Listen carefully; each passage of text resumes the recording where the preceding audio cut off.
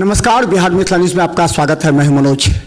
देखिए, जनता की अपेक्षा और आकांक्षाएं तब पूरा होती है जब उनकी भावनाओं का कद्र जिला प्रशासन और जिला पुलिस करे। ऐसे में निश्चित तौर पर एक बड़ी दायित्व दरभंगा मिथिला प्रक्षेत्र के डीआईजी बाबूराम जी की है, जो पहले यहाँ दरभंगा एसएसपी भी रह चुके हैं। इसके बाद पूरे दरभंगा के विधि व्यवस्था, खासकर मधुबनी समस्तीपुर की लॉ एंड ऑर्डर को मजबूत करने के लिए, क्योंकि अभी लोकसभा चुनाव है, फिर अभी परीक्षाएं चल रही हैं। इस परिस्थिति में हमारे साथ बाबूराम जी हैं, मिथिला प्रक्षेत्र के डीआईजी। सर, एक बड़ी चुनौती होती है, जनता की अपेक्षा सबसे महत्वपूर्ण है। वो अपेक्षा कैसे कर लेता है किसी बड़े अधिकारी से, और उसका आधार क्या होता है? देखिए, हमारी ड्यूटी है जनता की अपेक्षाओं पे खरा उतरना, और हमारे पास बहुत अच्छी टीम है तीनों जिला में एसपी साहब से लेकर एसएचओ तक सभी टीम बड़ा अच्छा काम कर रही है, और कोई कारण नहीं है कि जनता की अपेक्षाओं पर हम खरा न उतर पाएँ।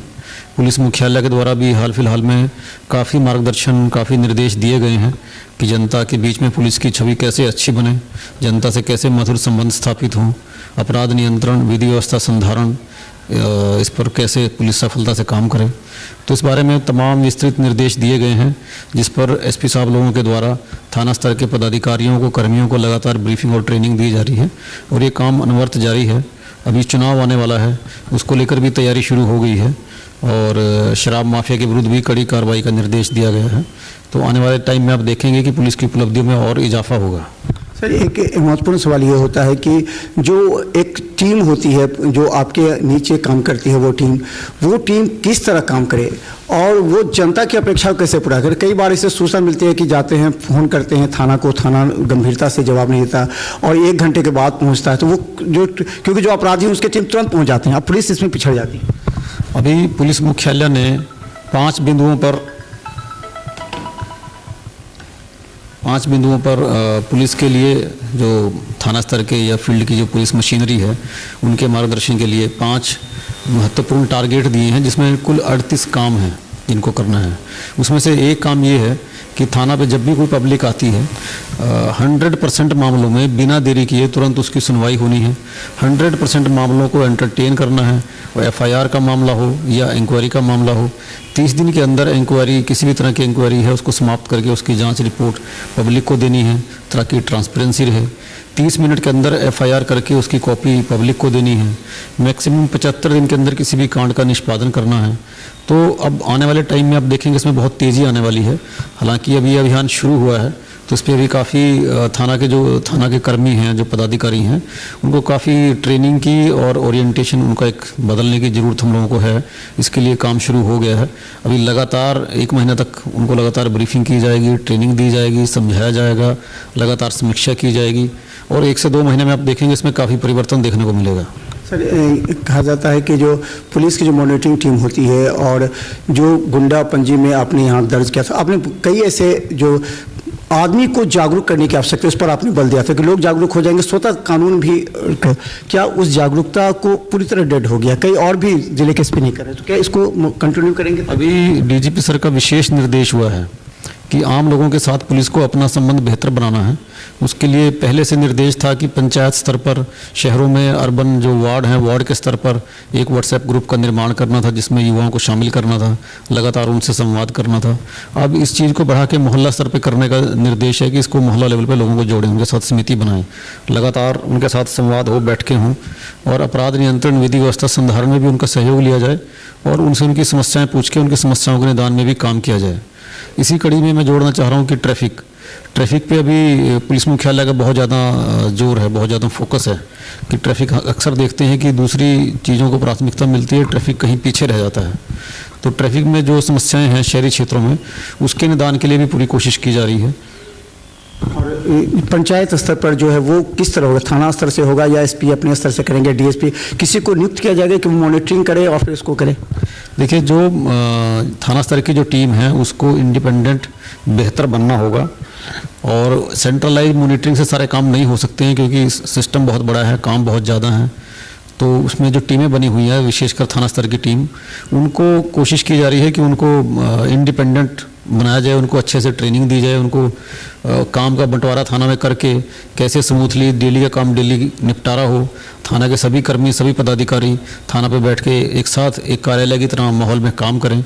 जब उनके पास कोई फील्ड का काम ना हो तो अनिवार्य रूप से थाना पे बैठ के थाना के सरिस्ता वर्क हैं या अपनी केस की डायरी लिखना है, इन सब कामों का निपटारा करें, पब्लिक से मिलें। तो थाना की टीम को ही सशक्त किया जाएगा।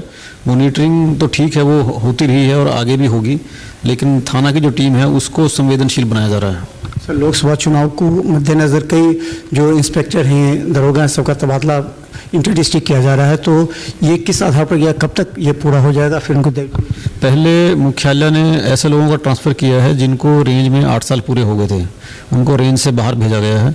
उसके बाद चुनाव आयोग का निर्देश है कि 30 जून 2024 तक अगर किसी सब इंस्पेक्टर या उससे ऊपर के रैंक के आदमी को अपने ज़िला में पिछले 4 साल में से 3 साल पूरे हो गए हों, उनका इंस्पेक्टर के मामले में जिला बदली करना है और सब इंस्पेक्टर के मामले में सब डिवीजन बदली करना है, अनुमंडल बदली करना है। तो ये बदली की कार्रवाई अब लगभग हो चुकी है और अब इसमें योगदान दे रहे हैं लोग। जल्दी ही लोग स्टेबलाइज हो जाएंगे अपनी अपनी जगह पर। सर, अंतिम सवाल कि एक बहुत महत्वपूर्ण सवाल ये होता है कि जो कोई गार्जियन अगर उस तरह का मॉनिटरिंग करता है, जो लोगों को, खासकर जनता दरबार में जो लोग आते हैं काफ़ी ज़्यादा, उनकी विश्वास होती है कि हमारा जिला स्तर पर काम नहीं हो रहा है, तो डीआईजी स्तर पर आप उनके फाइलों को देखते हैं, तो किस तरह लगता है कि इसमें कहीं चूक है, कहीं कमी है जो जनता को पूरी तरह नहीं मिल पा रहा मॉनिटरिंग?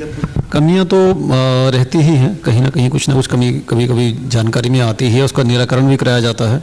जनता में भी जागरूकता की कमी रहती है। जैसे थाना से लेके थाना के बाद सर्किल इंस्पेक्टर, एसडीपीओ, फिर सिटी एसपी, एसएसपी, इतने सारे चैनल होते हैं, लेकिन कई बार व्यक्ति थाना के बाद सीधा मेरे पास ही आ जाता है। कभी ऐसे भी मामले आते हैं कि थाना पे भी नहीं गए, सीधे मेरे पास ही आ गए, तो वहाँ भी एक कमी रहती है और बहुत दूर से लोग चल के आ जाते हैं। और कभी कभी है कि पुलिस के स्तर पे भी जो समुचित कार्रवाई जिस गति से होनी चाहिए थी उतनी जल्दी नहीं हुई है, उसमें देरी हो जाती है, वैसे मामले भी आते हैं, तो उनका निराकरण किया जाता है। और लगातार कोशिश रहती है कि जो ग्राउंड लेवल पे, जो थाना स्तर पे या उसके ऊपर के जो लोग हैं उनको लगातार सेंसिटाइज किया जाए। पुलिस मुख्यालय का भी इस पर विशेष जोर हमेशा रहता है कि जन शिकायत को एकदम सर्वोपरि प्राथमिकता देनी है। सर, एसएसपी भी रह कर काम किया है, डीआईजी स्तर पर काम कर रहे हैं, तो क्या लगता है कि एसएसपी स्तर पर जो वर्क होते हैं, जो उसको एक गैप होता है, उस गैप को अनुभव किए होंगे आप, तो उस हिसाब से किस तरह कार्य होगा ताकि पूरी जो मॉनिटरिंग वो अच्छी हो? देखिए, एसपी के स्तर पर काम का वर्कलोड ज़्यादा रहता है क्योंकि डायरेक्ट एग्जीक्यूशन करना होता है, हर मामले में डायरेक्टली इन्वॉल्व होता है और इतना ज़्यादा इन्वॉल्व होना होता है कि टाइम कम ही पड़ा रहता है, हमेशा टाइम की कमी महसूस होती रहती है। तो हर पदाधिकारी का एक अपना काम करने का तरीका होता है, कोई देर रात तक बैठ के काम कर लेते हैं, कोई सुबह जल्दी उठ के काम पर लग जाते हैं। और कितना फील्ड वर्क में टाइम देना है, कितना मॉनिटरिंग में टाइम देना है, कितना रिपोर्ट और पेपर वर्क में टाइम देना, हर किसी की अपनी एक कार्यशैली।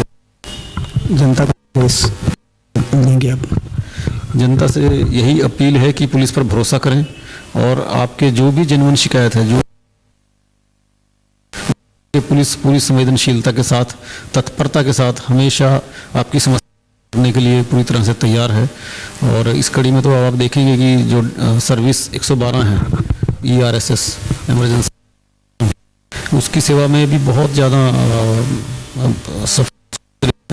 और 20 मिनट अधिकतम उसका रिस्पांस टाइम रखा गया है कि कोई भी शिकायत है तो 20 मिनट में। अब इसके दूसरे चरण में और